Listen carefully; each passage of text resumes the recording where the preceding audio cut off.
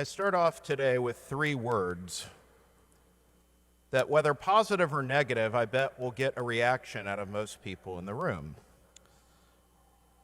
Diversity, equity, and inclusion.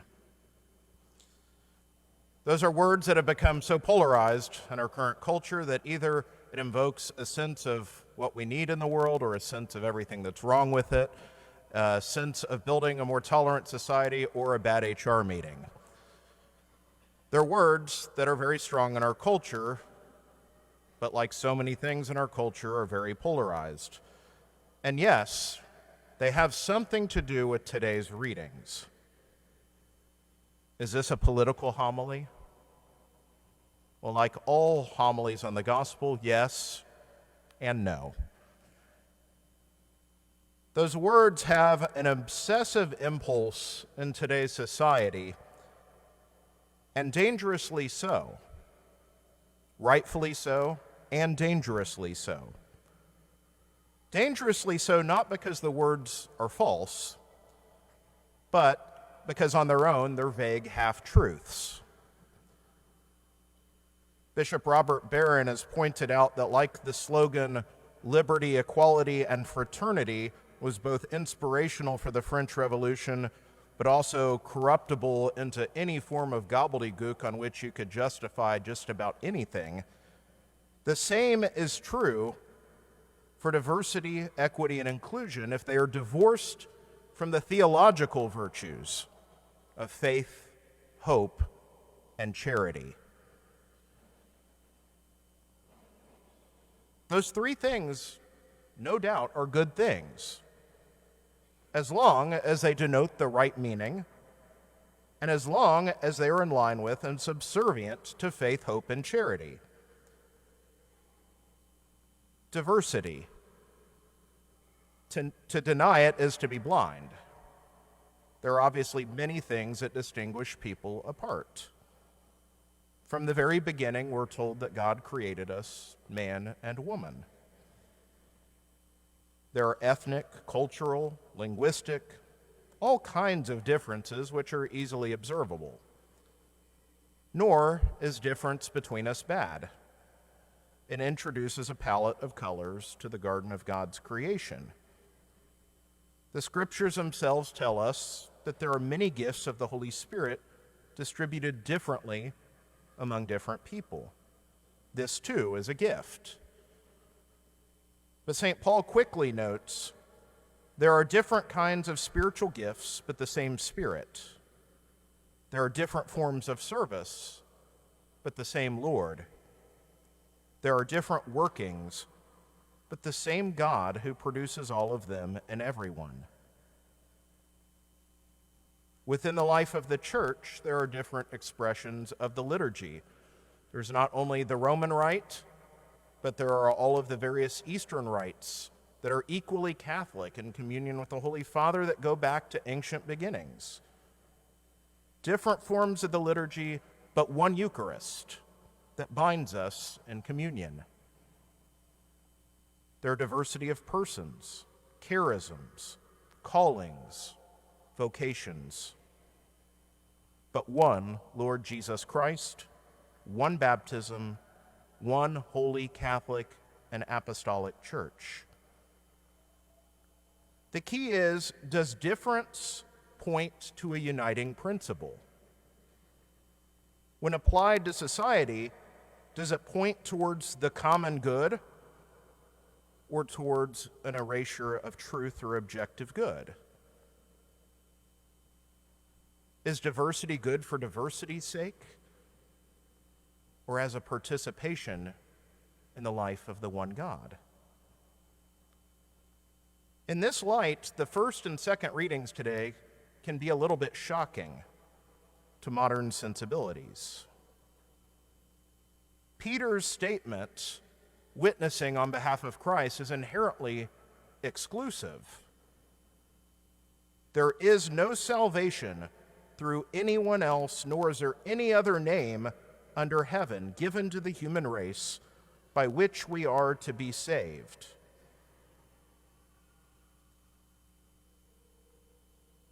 But today we hear about there being many paths to the mountaintop. Isn't that the truth, that find your way as long as it's one of the ways to the top? Or is that inherently incompatible with what Peter has just said? Tolerance of people is important. It's very important. It's foundational for charity. Ecumenism is good. Interreligious dialogue is good. As we seek to heal divisions through identifying commonalities. The world has seen enough of violence in the name of religion, of hatred in the name of religion. But we also cannot deny that difference is real, or else we rob the truth of all meaning. If all beliefs are equal, then no belief is worth anything. And so we seek a commonality, but we are called to avoid the false irenicism, as it's known, that ignores the true diversity among us. What we cannot deny that today's scriptures lead bare in this season of Easter joy is that other religions don't seek the same goal that we do.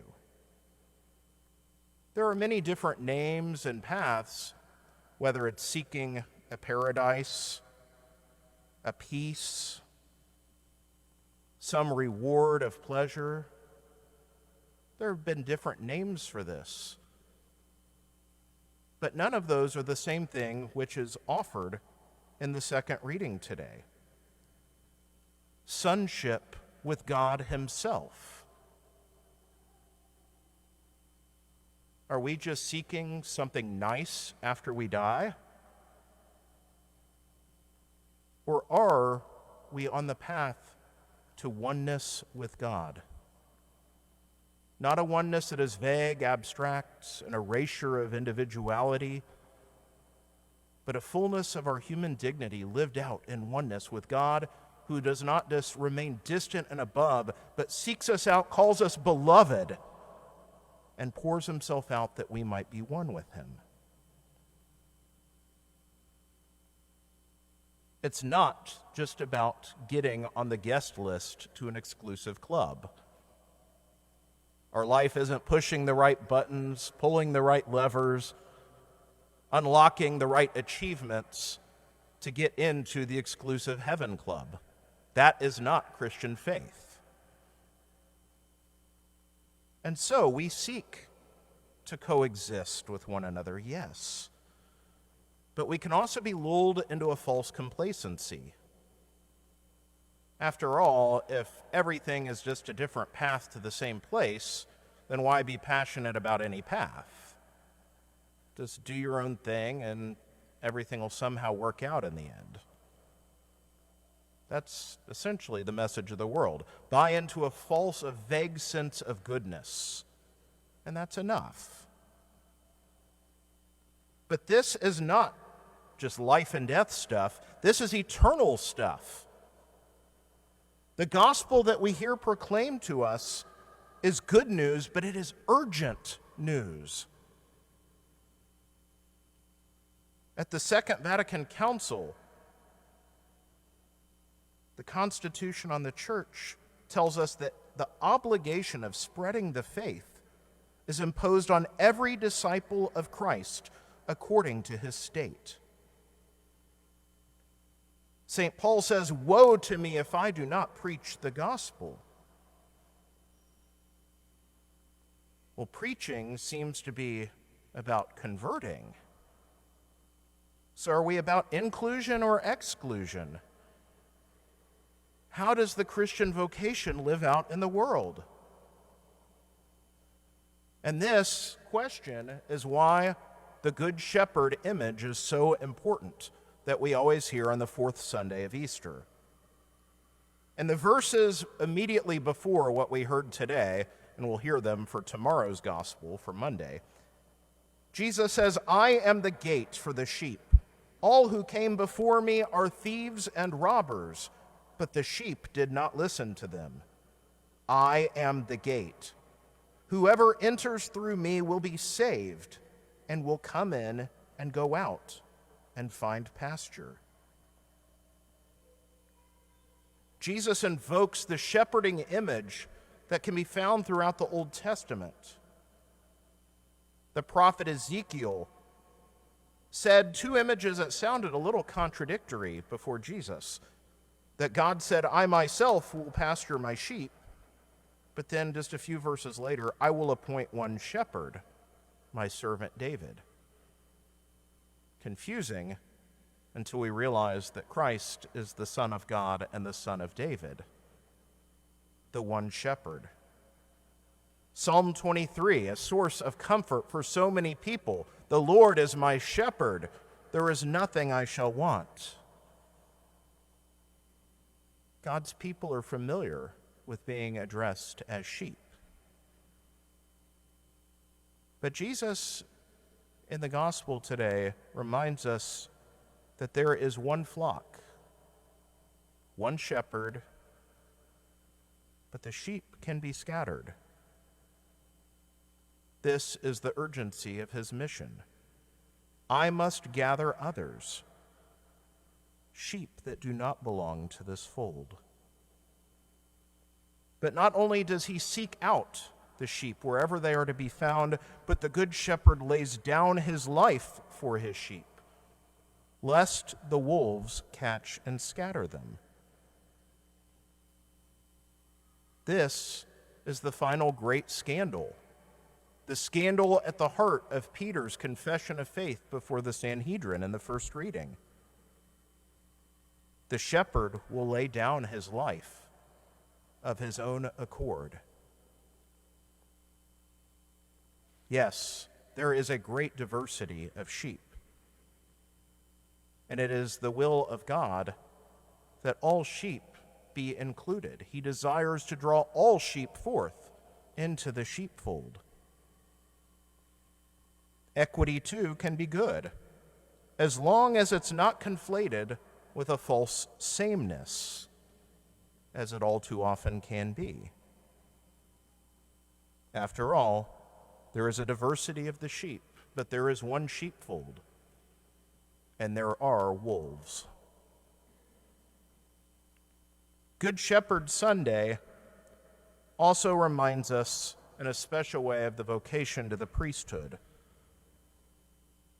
But talking of diversity reminds us inherently of the difference in our vocations. There are many callings, but there is one end for all of them. Different paths of service by which the Lord calls us to lay down our lives. There is a universal call to holiness. There is a universal call to die to self in Christ-like love. This is unavoidable in any vocation. In priesthood, we can speak of that universal priesthood in baptism that we all share. The priest is one who offers sacrifice. But the sacramental priesthood, in a special way, in the image of the Old Testament priesthood, goes beyond the mere familial priesthood, as the Levites had been set aside for special temple ministry.